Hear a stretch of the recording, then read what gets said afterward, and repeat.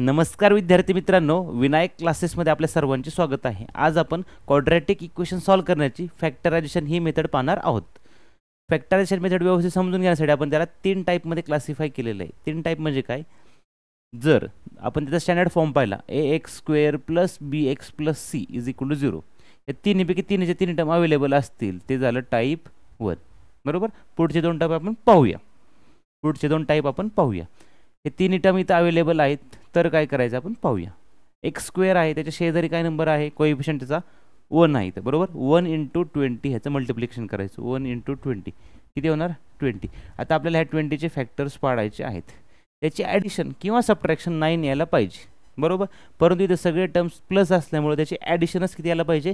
9 यायला पाहिजे। ॲडिशन यायला पाहिजे 9 आणि मल्टिप्लिकेशन यायला पाहिजे 20। बरोबर, 10 × 2 = 20 आहे, पण 10 + 2 किती होणार? 12 होणार। आपलं ॲडिशन 9 पाहिजे। मग दुसरे अजून कोणते फॅक्टर्स आहेत?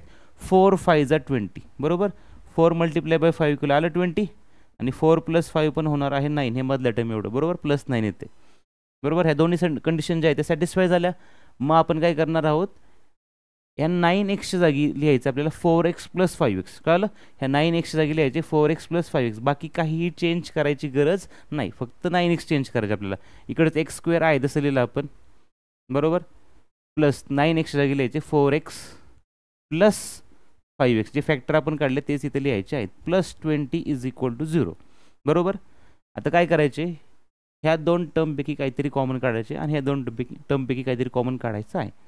बरोबर, आणि इथं जो ब्रॅकेट येणार आहे आणि पुढे जो ब्रॅकेट येणार आहे तो सेमच असायला पाहिजे, ही महत्त्वाची कंडिशन आहे। आता इथं लक्षात घ्या, x² ला काय आपण त्याचं फॅक्टर्स काढू शकतो x² चे? x × x। त्यामुळे इथं दुसरा काय ऑप्शन नाही, x × x। त्यामुळे xच कॉमन आपल्याला घ्यावं लागणार आहे। कळते सगळ्यांना? x² चे आपण जास्तीत फॅक्टर काय पाडू शकतो? x × x। बरोबर, मग त्यापैकी एक x बाहेर लिहिला आपण, एक ब्रॅकेटमध्ये लिहिला। कळलं? मग x × x मल्टिप्लाय केल्यावरती x² आलं वरती। बरोबर, प्लस इथं आपल्याला 4x वरच्या स्टेपला आपल्याला 4x यायला पाहिजे ना। मग इथं एक्सला कशाने मल्टिप्लाय केल्यावरती वरती 4x होईल? एक्स तर ऑलरेडी आहे, फक्त 4 लिहायला लागेल। कळते सर्वांना? म्हणजे हे जे कॉमन घेतलेलं आहे ना त्याने मल्टिप्लाय केल्यावरती वरची स्टेप यायला पाहिजे। क्रॉस चेक करायचे आपल्याला।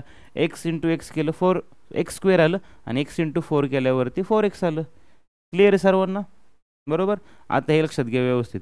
इथं जे ब्रॅकेटमध्ये आलेलं आहे ना x + 4, तेच पुढच्या ब्रॅकेटमध्ये यायला पाहिजे, तर आपलं इक्वेशन पुढचं जे सॉल्व्ह करतोय आपण ते बरोबर येईल। आता 5x पाहिजे +20 पाहिजे इथं। बरोबर, x + 4 आहे ना, त्याला कशाने मल्टिप्लाय केल्यावरती 5x येईल?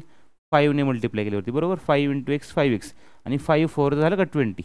बरोबर, आपल्याला इथं +20च पाहिजे, इथं +4च आहे। साईन चेंज करायची गरज आहे का? लक्षात घ्या, 5 4 झालं 20, इथं प्लस आहे, इथं पण प्लसच पाहिजे। साईन चेंज करायची गरज आहे का? नाही, म्हणून आपण इथं प्लस घेणार आहोत। जर साईन चेंज करायची गरज असती तर आपण इथं मायनस घेतलं असतं। क्लिअर आहे सर्वांना?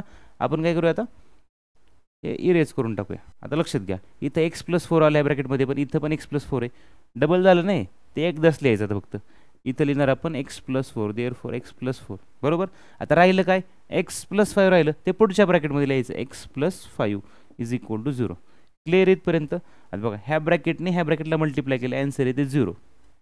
बरोबर, ॲन्सर 0 कधी असतं? ज्यावेळेस कोणत्याही नंबरला आपण 0 ने मल्टिप्लाय करतो त्यावेळेस ॲन्सर येतं 0। आता इथं 0 येते, ह्याचा अर्थ काय असणार आहे? हा नंबर किंवा हा ब्रॅकेट किंवा हा ब्रॅकेट काय असणार आहे? 0 असणार आहे। मग आपण काय करूया? x + 4 = 0 असणार आहे, और x + 5 हे 0 असणार आहे। दोन्हीपैकी काहीतरी 0 असणार आहे। देअरफॉर x काय येणार? -4। आता इकडे काय येणार? x -5। हे दोन काय झाले? ह्या क्वाड्रॅटिक इक्वेशनचे रूट्स झाले। बरोबर, therefore -4 -5 are roots of the quadratic equation. कळलं सर्वांना? आता आपण दुसरं एक्झाम्पल पाहूया। बरोबर, आता इथं x² च्या शेजारी कोएफिशियंट आहे 3। 3 × 8 करावं लागेल। 3 × 8 = 24। बरोबर, 24 चे फॅक्टर काढायचे आपल्याला, म्हणजे मल्टिप्लिकेशन 24 यायला पाहिजे आणि ॲडिशन किती यायला पाहिजे? 10 यायला पाहिजे।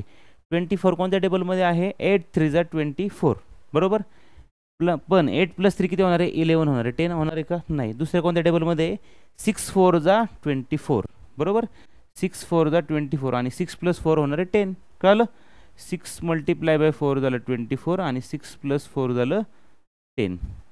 क्लिअर सर्वांना? इथं पण प्लस साईन, इथे पण प्लस साईन आहे, त्यामुळं दोन्ही नंबर जे आहेत फॅक्टर जे ते प्लसमध्येच येणार आहेत. जर इथं किंवा इथं मायनस असेल तर थोडंसं जरा चेंज होतं. ते तिसऱ्या आणि चौथ्या एक्झाम्पलमध्ये आपण पाहणार आहोत. आता काय करायचे, व्यवस्थित लक्ष द्या. आता काय करायचे, 3x² आहे तसंच लिहायचं आहे, बरोबर.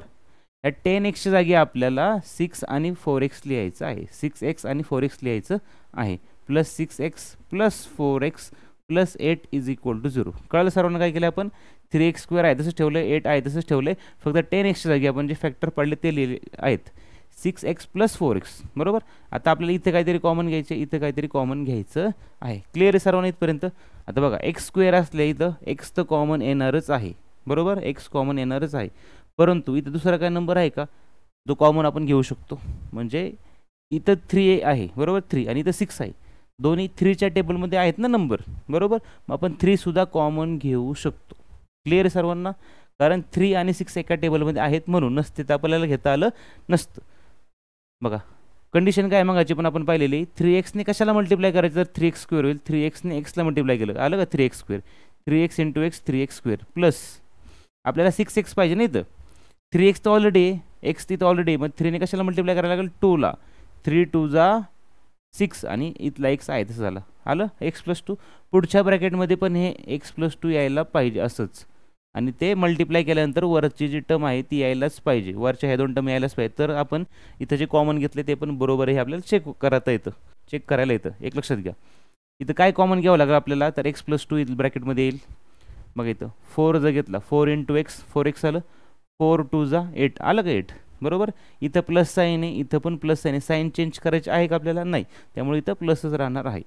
कळते सर्वांना? इथून जे मल्टिप्लाय केल्यानंतर वरची स्टेप आली ऑटोमॅटिक, त्यामुळे आपल्याला काय जास्त काय त्रास करायची गरज नाही, त्रास करून घ्यायची गरज नाही.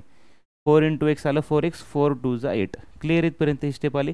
आता x प्लस 2 डबल आहे, इकडं पण x प्लस 2 आहे आणि इकडं पण x प्लस 2 आहे, बरोबर. ते डबल आलेलं आहे, ते एकदा लिहायचं x plus 2, therefore x plus 2, बरोबर. आता राहिलं काय, 3x प्लस 4, ते दुसऱ्या ब्रॅकेटमध्ये लिहायचं, 3x plus 4 is equal to 0. Clear इथपर्यंत? आता ह्या ब्रॅकेटचं आणि ह्या ब्रॅकेटचं मल्टिप्लिकेशन केल्यावर ते आन्सर 0 होते. ह्याचा अर्थ काय, हे तरी 0 पाहिजे किंवा हे तरी 0 पाहिजे. मग आपण काय लिहिणार, x plus 2 is equal to 0, और काय करणार आपण, 3x plus 4 is equal to 0. Clear आहे? मग आता इथं काय ना, therefore x is equal to येणार -2. हे झालं याचा आन्सर. तिकडे काय होणार, 3x plus is equal to होणार 3x is equal two plus 4, तिकडे जाऊन -4 होणार. Therefore x is equal to -4/3, बरोबर. x इज इक्वल टू आलं -2 आणि x इज इक्वल टू आलं -4/3. Therefore -2 -4/3 are roots of the quadratic equation. Clear आहे सर्वांना? काय करायचे ते आता आपण एक्झाम्पल नंबर 3 पाहूया. एक्झाम्पल काय आहे, m² -14m + 13 is equal to 0, बरोबर. आता याच्यामध्ये मायनस साईन आलेले आहे, व्यवस्थित लक्ष द्या काय करायचे ते. एमचा शेजारी कोएफिशियंट काय आहे, 1 इंटू 13 प्लस 13 आहे ना, 1 into plus 13 is equal to 13. आता आपल्याला 13चे फॅक्टर पाडायचे आहेत, बरोबर. कळलं? त्याची ॲडिशन किंवा सबट्रॅक्शन म्हणा, जे काय असेल ते किती यायला पाहिजे, -14 यायला पाहिजे. आता इथे एक गोष्ट लक्षात ठेवा, मधल्या नंबरला जी साईन आहे ना मायनस, ती मोठ्या नंबरला यायला पाहिजे, ग्रेटर नंबरला यायला पाहिजे, एवढं लक्षात ठेवा सध्या, बरोबर. म्हणजे एक नंबर मायनस असणारच आहे, दुसरा बघू प्लस आहे का मायनस ते, बरोबर. आता 13चे आपण जे फॅक्टर पाडले, 13 आपल्याला माहिती आहे प्राईम नंबर आहे, 13चे फॅक्टर पडून काय पडणार आहे, 13 × 13. फॅक्टर काय पडू शकतो, 13 × 13. मग 13 मोठा नंबर आहे म्हणून त्याला आपण मायनस सांगितलं, 13 × 13, बरोबर. 13ने 1ला मल्टिप्लाय केलं, 13 आलं, 13 × 13. पण आपल्याला प्लस 13 पाहिजे ना, काय पाहिजे आपल्याला, प्लस 13 पाहिजे. मग मायनसला मायनसने मल्टिप्लाय केलं तरच ते प्लस 13 होणार आहे. म्हणजे -13 multiply by -1 is equal to, बरोबर, मायनस मायनस काय होणार, प्लस होणार आहे आणि 13 × 1 = 13. क्लिअर इथपर्यंत? आता -13 - 1 केल्यावरतीच -14 येणार आहे, बरोबर. आलं का, ही कंडिशन सॅटिस्फाय झाली. बरेच आपल्याला त्याच्यामध्ये क्रॉस चेक करता येते इथं, बरोबर. मल्टिप्लाय केल्यावरती हे नंबर यायला पाहिजे, त्याची साईन्स पण आपण चेक करू शकतो. आणि मधल्या नंबरची जी साईन आहे ना, ती ग्रेटर नंबरला, फॅक्टरपैकी 2 फॅक्टर आपण काढतो, त्यातल्या मोठ्या नंबरला ती साईन येते. इथून मागं तुम्हाला सांगितलं नव्हतं, कारण दोन्ही नंबर प्लस होते, आपले फॅक्टर प्लस होते. आता इथं लक्षात घ्या, ही जी साईन आहे ना, ही ग्रेटर नंबरला असते, फॅक्टरपैकी ग्रेटर नंबरला असते, बरोबर. 13 × 1 = 13 आलं, मायनस मायनस प्लस 13 झालं, आणि जर ह्याची ॲडिशन केली -13 -1 इज इक्वल टू झालं -14, हे झाले दोन्ही कंडिशन सॅटिस्फाय. बरोबर. आता लिहिताना काय करायचं लक्षात घ्या, एम स्क्वेअर मायनस, बरोबर 13 पण लिहू शकतो आपण आणि 1 पण अगोदर लिहू शकतो. बरोबर. परंतु 13 ह्या बाजूला असल्यामुळं हे 13 आपण पुढच्या साईडला लिहूया, आधी 1x लिहूया, सॉरी 1m लिहूया आपण. बरोबर. 1m लिहायच्या ऐवजी नुसतं m लिहिलं तरी चालतं, कळलं. 1mच्या ऐवजी म्हणजे 1ने आपण mला मल्टिप्लाय केलं तर काय होणार आहे, 1mच होणार आहे. बरोबर. 1m आहे इज इक्वल टू mच असणार आहे, त्यामुळे फक्त आपण इथे m लिहिणार आहोत. बरोबर. -1चं आपण लिहिलं -m. बरोबर. आता -13चं काय लिहायचं, -13m. बरोबर आहे. एम स्क्वेअर आहे तसं लिहिलं आपण, -14च्या ऐवजी आपण त्याला फॅक्टराईज करून काय लिहिलं आहे, -m -13m आणि +13 आहे तसंच आहे इज इक्वल टू 0. इथपर्यंत क्लिअर आहे. इथं आपल्याला कॉमन काढायचे आणि इथं पण कॉमन काढायचं आहे. बरोबर. इथं फक्त m स्क्वेअर आहे, बाकी काही कोएफिशियंट शेजारी आहे का, नाही. म्हणल्यानंतर फक्त m कॉमन येणार आहे, ब्रॅकेटच्या मध्ये आतमध्ये पण m येणार आहे, m येणार आहे. m × m काय झालं, mचं स्क्वेअर. बरोबर. पुढं आपल्याला फक्त m पाहिजे, मध्ये मायनस साईन आहे ती लिहायची. मग आपल्याला काय लिहायला फक्त 1, m × 1 केल्यावरती काय होणार, m × 1 होणार m आणि मायनस साईन इथली आहे तशी आली. बरोबर. क्लिअर सर्वांना. कॉमनचे काढलं ना त्याने ब्रॅकेटला मल्टिप्लाय केल्यावरती वरची स्टेप यायला पाहिजे, ती क्रॉस चेक करायचंच आहे, म्हणजे आपलं एक्झाम्पल चुकणार नाही. आता हे झालं पहिलं. बरोबर. हेच ब्रॅकेट पुढे यायला पाहिजे, m-1, आणि हे जर बरोबर आलं तर आपण जे कॉमन घेतलेलं आहे इकडं ते बरोबर असणार आहे.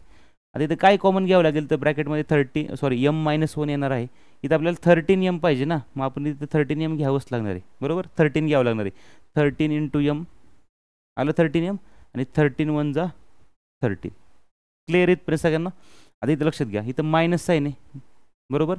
परंतु इथं कोणती साईन पाहिजे आपल्याला, प्लस पाहिजे. साईन चेंज करायची ना, मग आजपासून मी तुम्हाला सांगतोय, ज्यावेळेस साईन चेंज करायची त्यावेळेस इथं ब्रॅकेटच्या बाहेर मायनस घ्यायची. कळलं. बघा 13 × m केलं, 13m आलं, मायनस प्लस मायनस झालं आणि 13 × 13, मायनस मायनस काय होणार आहे, प्लस होणार आहे. क्लिअर सर्वांना. ज्यावेळेस इथं बघा इथं -1 आहे आणि इथं +13 आहे, साईन चेंज करायचे आपल्याला, त्यावेळेस इथं ब्रॅकेटच्या बाहेर आहे ना, ह्या नंबरच्या शेजारी काय येणार आहे, मायनस साईन येणार आहे, अदरवाईज प्लस येणार आहे. क्लिअर सर्वांना. आता m-1 डबल आलेला आहे ब्रॅकेट, तो एकदाच लिहायचा, बाकी सगळं सेम येणार आहे. राहिलं आहे काय, m-13 ते पुढच्या ब्रॅकेटमध्ये लिहायचं इज इक्वल टू 0. क्लिअर आहे. ह्या दोन ब्रॅकेटचं मल्टिप्लिकेशन 0 आहे, ह्याचा अर्थ काय आहे, m-1 बरोबर इज इक्वल टू 0 असणार आहे, ऑर हे तरी 0 पाहिजे किंवा m-13 हे तरी 0 पाहिजे. क्लिअर आहे. Therefore m is equal to काय येणार, 1 or m is equal to 13. हे झाले आन्सर्स. मग आपण काय लिहिणार, therefore 1 and 13 are roots of quadratic equation. Clear सर्वांना. आता आपण पुढचं एक्झाम्पल पाहूया. 3x² -x -10 is equal to 0. एक्सच्या शेजारी आपल्याला 3 आहे, 3 × 10 करायचं, परंतु 3 × आता -10 आहे, -10 आहे ना, मग 3 × 10 = 30 पण -30 येणार आहे. आपल्याला -30चे फॅक्टर पाडायचे आहेत. बरोबर. -30 म्हणजे त्याचं मल्टिप्लिकेशन केल्यावरती मायनस यायला पाहिजे. आता इथला मधला जो नंबर आहे ना, फक्त एक्सच्या शेजारी कोणती साईन आहे ह्याला, मायनस साईन आहे. ती कशाला असते, ग्रेटर नंबरला, म्हणजे ग्रेटर नंबर मायनस असणार आहे. बरोबर. इथपर्यंत क्लिअर आहे सर्व ना. मधल्या टर्मची जी साईन आहे ती ग्रेटर नंबरला असते, एक नंबर मायनस आहे. बरोबर. आता मायनसला कशाने मल्टिप्लाय केलं तर मायनस येणार आहे, प्लसनेच मल्टिप्लाय करावं लागेल. क्लिअर आहे सर्वांना. तर मायनस × मायनस केलं तर प्लस झालं असतं, परंतु आपल्याला -30 पाहिजे म्हटल्यानंतर एक नंबर मोठा नंबर मायनस आहे तर छोटा नंबर प्लसच पाहिजे. बरोबर. एक नंबर मायनस आहे तर दुसरा काय आहे, प्लस आहे, त्याची ॲडिशन होईल का सबट्रॅक्शन होईल, त्याच्यावर सबट्रॅक्शन. म्हणजे आपल्याला असे नंबर शोधायचे आहेत. नीट लक्षात घ्या, 1 - 1 प्लस आहे ना, आपल्याला असे नंबर शोधायचे आहेत, त्याचं मल्टिप्लिकेशन तर 30 यायला पाहिजे, पण त्याची सबट्रॅक्शन केल्यानंतर, कारण एकाला -1 एकाला प्लस असल्यावर सबट्रॅक्शन होते, त्याची सबट्रॅक्शन यायला पाहिजे, 1 यायला पाहिजे. बरोबर. आता 30 कोणत्या टेबलमध्ये, 15 × 2 = 30 आहे, पण 15 - 2 केलं तर 13 येते, 1 येते का, नाही. मग असे कोणते नंबर त्याचे मल्टिप्लिकेशन 30 यायला पाहिजे आणि सबट्रॅक्शन 1 यायला पाहिजे. 5 × 6 = 30, 5 × 6 = 30. बरोबर. आता आपल्याला ॲन्सर, ही जी साईन आहे ना मायनस साईन, ती कशाला पाहिजे, ग्रेटर नंबरला. मधली जी साईन असते ती ग्रेटर नंबरला, म्हणजे मोठ्या नंबरला असते. फॅक्टरपैकी मोठा कोण आहे, 6 आहे, त्याला येणार ती मायनस साईन आणि 5ला येणार प्लस साईन. क्लिअर सर्वांना. -6ला मल्टिप्लाय केलं +5ने काय होणार, 6 × 5 = 30. क्लिअर आहे. आणि -6 + 5 काय होईल, 6 मधून 5 गेले, 1 राहिले आणि ग्रेटर नंबरची साईन -1 इथं आलेलं आहे. कळलं सर्वांना. आता आपण काय करणार आहोत, 3x² लिहायचं. त्यातल्या -xच्या ऐवजी काय लिहायचं आपल्याला, -6x + 5x -10 = 0. आता इथं लिहिताना पण थोडंसं डोकं चालवायचं. 3 आणि 6 एका टेबलमध्ये आहेत ना, 5 आणि 10 एका टेबलमध्ये, त्यामुळे असं लिहिणं आपल्याला जास्त फायदेशीर आहे. बरोबर. जर 5 कडे लिहिलं असतं 6 पुढे लिहिलं असतं तर आपल्याला ते एवढं कॉमन गेलं त्रास झाला असतं. त्यामुळे 3च्या टेबलमध्ये 6 आहे ना, त्यामुळे असं लिहिणं आपल्याला जास्त वाईज आहे, जास्त आपल्याला सोपं जाणार आहे. आता इथं 3 आणि 6 एका टेबलमध्ये आहेत ना, त्यामुळे 3 आपण कॉमन घेऊ शकतो आणि x तर कॉमन येतच प्रत्येक वेळेस. बरोबर. पहिल्या ब्रॅकेटच्या बाहेर x कॉमन येतच. मग 3x × x करायला लागेल आपल्याला. बरोबर. 3x × x केलं आलं 3x². बरोबर. आता आपल्याला 6x पाहिजे. 3 2 करायला लागेल. किती? 3 2 6 आणि इथलं x आहे तसं झालं. इथं मध्ये मायनस साईन, इथं मायनस साईनच येणार आहे. पुढच्या ब्रॅकेटमध्ये पण x - 2 हे ब्रॅकेटच्या आतमध्ये यायला पाहिजे. बरोबर. मग इथं कॉमन काय घ्यायचं हा महत्त्वाचा प्रश्न आहे. बरोबर आहे ना. कॉमन काय घ्यायचं आता, आपल्याला 5x पाहिजे. इथं फक्त x आहे, मग 5 घ्यावं लागेल. 5 × x आलं 5x, 5 2 झालं 10. बरोबर. आलं 5 तर कॉमन आलं, फक्त साईन कोणती घ्यायची इथं, इथं मायनस साईन आहे आणि इथं पण मायनस साईन आहे 10ला. साईन चेंज करायची गरज आहे का, नाही. साईन चेंज करायची गरज नाही, म्हणजे इथं प्लस घ्यायचं. जर आपल्याला साईन चेंज करायची असेल तर आपण मायनस घेतलं असतं. बरोबर. x - 2 डबल आहे, तर आपण काय घेणार, x - 2 घेणार एका ब्रॅकेटमध्ये आणि दुसऱ्या ब्रॅकेटमध्ये काय घेणार, 3x + 5. बरोबर. 3x + 5 = 0. ह्या दोन ब्रॅकेटचं मल्टिप्लिकेशन 0. ह्याचा अर्थ काय असणार आहे, हे तरी 0 असणार किंवा हे तरी 0 असणार आहे. मग आपण काय लिहिणार, x - 2 = 0 or 3x + 5 = 0 असणार आहे. देअरफॉर x = काय असणार आहे, इकडचं -2 तिकडे जाऊन काय होणार, +2. देअरफॉर 3x = काय येणार आहे, +5 तिकडे जाऊन काय होणार, -5. Therefore x = -5/3. हे दोन रूट्स झालेले आहेत. Therefore 2 and -5/3 are roots of quadratic equation. आता आपण टाईप 2 पाहणार आहोत. टाईप 2 म्हणजे काय, इकडे लक्ष द्या. हे इक्वेशन काय आहे, 3y² = 15y. त्याला आपण थोडंसं चेंज करूया. Therefore 3y² - 15y = 0. बरोबर. आता ह्या इक्वेशनमध्ये बघा, हे स्टँडर्ड फॉर्म आपण पाहूया. x² + bx + c = 0. स्क्वेअर असणार टर्म आहे. बरोबर. x असणार व्हेरिएबल असणार टर्म आहे. फक्त जो नंबर असतो तो आहे का, नाही. म्हणजे हे जे पहिले जो दोन टर्म असतील तर त्याला आपण काय म्हणलेलं, टाईप 2 म्हटलेलं आहे. आता ह्याच्यामध्ये काय करायचे, डायरेक्ट आपल्याला कॉमन घ्यायचं आहे. डायरेक्ट कॉमन घ्यायचं आहे. इथं y² आहे ना, इथं पण y आहे, y तर कॉमन येणार आहेच. बरोबर. 3च्या टेबलमध्ये 15 आहे ना, म्हणून 3 पण कॉमन येणार आहे. 3yला कशाने मल्टिप्लाय केल्यावर 3y² होईल, फक्त y ने. 3y × y केल्यावर y² झालं, 3y² झालं. बरोबर. आणि तिथली मधली मायनस साईन ती आहे तशी लिहिली. 3yला कशाने मल्टिप्लाय करायला लागेल तर 15y होईल. 3 5 = 15. 3 5 = 15y = 0. कळलं.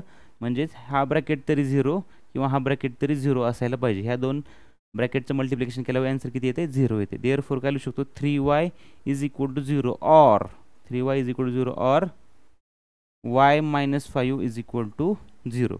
देअरफॉर y = काय ना, 0 / 3. Therefore y = 0. कोणत्याही नंबरने आपण 0ला डिवाइड केलं तर आन्सर येतं 0. देअरफॉर y = काय होणार, इकडचं +5 तिकडे जाऊन -5, सॉरी इकडे -5 तिकडे जाऊन काय होणार, +5 होणार आहे. हे झालं answer. Therefore 0 and 5 are roots of quadratic equation. Roots of given quadratic equation. कळलं. आता इथे पण तेच आहे. पहिलं टर्म आहे, दुसरं टर्म आहे, नुसता नंबर असणार. तिसरं टर्म आहे का, नाही. हे तिसरं टर्म आहे का, नाही. मग आपण काय करणार आहोत, डायरेक्ट ह्यातलं कॉमन घेणार आहोत. 5m² आणि m ह्याच्यातलं कॉमन काय घेऊ शकतो. आता 5च्या टेबलमध्ये इथला पुढचा नंबर आहे का, नाही. त्यामुळे 5 कॉमन घ्यायची काही गरज नाही. फक्त आपल्याला m कॉमन घ्यावं लागेल. m कॉमन घेतला पुढं काय करावं लागेल आपल्याला, m तर घ्यावंच लागेल. m × m² झालं, परंतु आपल्याला 5m² पाहिजे. मग आपल्याला 5 ब्रॅकेटमध्ये लिहावं लागेल. m × 5m काय होणार, 5m². क्लिअर. इथपर्यंत. पुढं आपल्याला फक्त mच पाहिजे. मग आपल्याला mला कशाने मल्टिप्लाय करायला लागेल, 1 ने. m × 1 केल्यावरती आलं m. फक्त इथं मायनस साईन पाहिलं म्हणून मायनस झालं. = 0. क्लिअर आहे सर्वांना. आता ह्या दोघांचं मल्टिप्लिकेशन 0. ह्याचा अर्थ काय असणार आहे, m = 0 असणार आहे और 5m - 1 हे तरी 0 असणार आहे. क्लिअर आहे सर्वांना. Therefore m = 0. हे तर डायरेक्ट आन्सरच आलं. इकडे काय होणार, 5m = -1चं काय होणार, +1 होणार. देअरफॉर m = काय होणार, 1/5. m = होणार 1/5. क्लिअर आहे. म्हणजेच आपलं 0 आणि 1/5 हे झाले roots, are roots of quadratic equation. Clear आहे सर्वांना. जर फक्त यम स्क्वेअर आणि यम असणारा म्हणजेच तो फक्त नंबर आहे हे टर्म नसेल, पहिल्या दोनच टर्म असतील, तर आपण डायरेक्ट कॉमन घेतोय. जे दोन टर्म येतील त्याचं मल्टिप्लिकेशन 0 आहे, मग नंतर हे तरी 0 पाहिजे किंवा हे तरी 0 पाहिजे. त्याला काय जास्त काय टेन्शन आहे का नाही, डायरेक्ट कॉमन घ्यायचे, फॅक्टर पण पाडायची जास्त काही गरज नाही. त्यामुळे टाईप 2 खूप सोपा आहे. आता आपण टाईप 3 पाहूया. ह्याला थोडंसं आपण चेंज करून घेऊया. 16x² -25 = 0. इकडचं +25 तिकडे जाऊन मायनस झालं म्हणजे तुमच्या लक्षात येईल. ax² + bx + c हे झालं स्टँडर्ड फॉर्म, बरोबर. ह्याच्यामधलं इथं आपल्याला ax² हे टर्म अवेलेबल आहे आणि c अवेलेबल आहे नंबर. bx अवेलेबल आहे का, हे अवेलेबल नाही. नुसतं x असणारं टर्म अवेलेबल आहे का, नाही. स्क्वेअरवालं आणि नंबर असणारं टर्म अवेलेबल आहे, बाकी काय आहे का, नाही. हे दोन टर्म ज्यावेळेस अवेलेबल असतील ते झालं टाईप 3, बरोबर. त्यासाठी आपल्याला एक फॉर्म्युला आठवावं लागेल. a + b × a - b = a² - b². हा फॉर्म्युला आपल्याला आठवावा लागेल. हा फॉर्म्युला तर लागणार आहे, ते तुम्हाला मी अगोदर सांगितलं पण होतं एका व्हिडिओमध्ये. 16x² -25 = 0. 16 कशाचा स्क्वेअर आहे का, 4चा स्क्वेअर आहे ना. मग 4x ब्रॅकेटचा स्क्वेअर किती येणार आहे, 16x², बरोबर. 25 कशा स्क्वेअर आहे का, आहे ना, 5चा स्क्वेअर आहे, = 0. इथलं मायनस आहे, नाही तसं झालं. आता आलं का, a² - b². a² - b² आलं ना, मग आपण काय लिहू शकतो, a + b आणि a - b लिहू शकतो. म्हणजे आपण 4x + 5 लिहू शकतो एका ब्रॅकेटमध्ये, 4x + 5, आणि दुसऱ्या ब्रॅकेटमध्ये 4x - 5 लिहू शकतो, = 0. क्लिअर सर्वांना. ह्याचा स्क्वेअर आहे ह्या ब्रॅकेटचा, मायनस ह्या ब्रॅकेटचा स्क्वेअर आहे. मग आपण काय ह्या ब्रॅकेटच्या आतमधलं 4x + 5 लिहू शकतो आणि 4x - 5 लिहू शकतो. ह्याचं मल्टिप्लिकेशन केलं आपल्याला मिळणार आहे 4x² - 5, बरोबर. म्हणजेच 16x² - 25 हे येणार आहे, बरोबर. ह्या दोन ब्रॅकेटचं मल्टिप्लिकेशन 0. ह्याचा अर्थ काय असणार आहे, हा फॉर्म्युला तुम्हाला साईडला लिहून देतो मी. काय आहे, a² - b² असणार आहे a + b आणि a - b. हा तुम्हाला लागणारच आहे, व्यवस्थित लिहून ठेवा साईडला. आता बघा, हा ब्रॅकेट आणि हा ब्रॅकेट ह्याचं मल्टिप्लिकेशन किती आहे, 0 आहे. तर काय होईल, हे तरी 0 पाहिजे किंवा हे तरी 0 पाहिजे. देअरफॉर 4x + 5 = 0 और 4x - 5 = 0. क्लिअर आहे. देअरफॉर 4x = काय होणार, +5 तिकडे जाऊन -5 होणार आहे. देअरफॉर x येणार आहे -5/4. हे झालं याचं आन्सर. ह्या साईडला काय येईल, देअरफॉर x 4x येणार आहे -5 तिकडे जाऊन +5 झालं, बरोबर आहे ना. -5 तिकडे जाऊन +5 झालं, 4x आहे तसं. Therefore x 5/4. काय झालं, x 5/4. Therefore -5/4 and 5/4 are roots of quadratic equation. Clear सर्वांना. आता आपण पुढचं पाहूया. x² = 3. त्याला आपण कन्वर्ट करूया थोडंसं. x² - 3 = 0, बरोबर आहे. इथं काय होतं, 16 कशाच तरी स्क्वेअर होता, 25 कशाच तरी स्क्वेअर होता. आता इथं 3 कशाचा स्क्वेअर नाही, x² तर आहे, x चा स्क्वेअर आहे, पण 3 कशाचा स्क्वेअर नाही. मग कसं सोडवायचं, लक्ष दे व्यवस्थित काय करायचं ते. थोडंसं चेंज फक्त. एक्सचा स्क्वेअर केला x² मिळणार आपल्याला, बरोबर. मायनस √3चा स्क्वेअर काय येणार आहे, 3 येणार आहे. कळलं सगळ्यांना. ज्यावेळेस प्राईम नंबर असेल किंवा नॉन परफेक्ट स्क्वेअर असेल त्यावेळेस काय करायचं, रूट घ्यायचं डायरेक्ट. क्लिअर आहे. 3चा स्क्वेअर आपल्याला, √3चा स्क्वेअर माहिती आहे आपल्याला, 3 येणार आहे, = 0. मग एका ब्रॅकेटमध्ये काय येणार, x + √3. क्लिअर आहे. एका ब्रॅकेटमध्ये, या ब्रॅकेटच्या आतमधलं a² - b² असेल तर काय करणार, a + b. ब्रॅकेटच्या आतमध्ये x आहे ना, √3 आहे ना, मग x + √3 आलं. पुढच्या ब्रॅकेटमध्ये येणार x - √3 = 0. कळते सर्वांना. देअरफॉर आता ह्या दोन नंबरचं मल्टिप्लिकेशन 0 आहे ना, मग आपण काय करू शकतो, x + √3 हे 0 असायला पाहिजे, और x - √3 हे तरी 0 असायला पाहिजे. दोन्हीपैकी एक 0 असायला पाहिजे. देअरफॉर x येणार -√3. x काय येणार, -√3, और x काय येणार, +√3. हे झालं answers. Therefore -√3 and +√3 are roots of quadratic equation. कळलं सर्वांना. इथं पुस्तकामध्ये 3 टाईप्स वगैरे असं काही दिलेलं नाही. मी तुम्हाला लक्षात राहण्यासाठी 3 टाईपमध्ये क्लासिफाय करून दिलेलं आहे. टाईप 1मध्ये आपण पाहिलेलं आहे, हे तिन्ही टर्म्स अवेलेबल असतील. x² + bx + c त्याला आपण टाईप 1 घेतलेला आहे. पहिले दोनच अवेलेबल असतील त्याला आपण टाईप 2 घेतलेला आहे. आणि पहिला आणि तिसरं टर्म अवेलेबल असेल त्याला आपण टाईप 3 घेतलेलं आहे.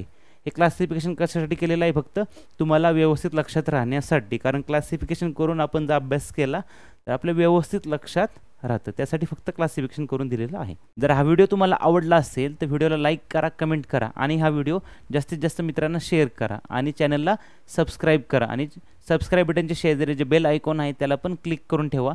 म्हणजे व्हिडिओचे नोटिफिकेशन तुम्हाला वेळोवेळी येत जातील. म्हणजे तुमचा कोणताही व्हिडिओ मिस होणार नाही.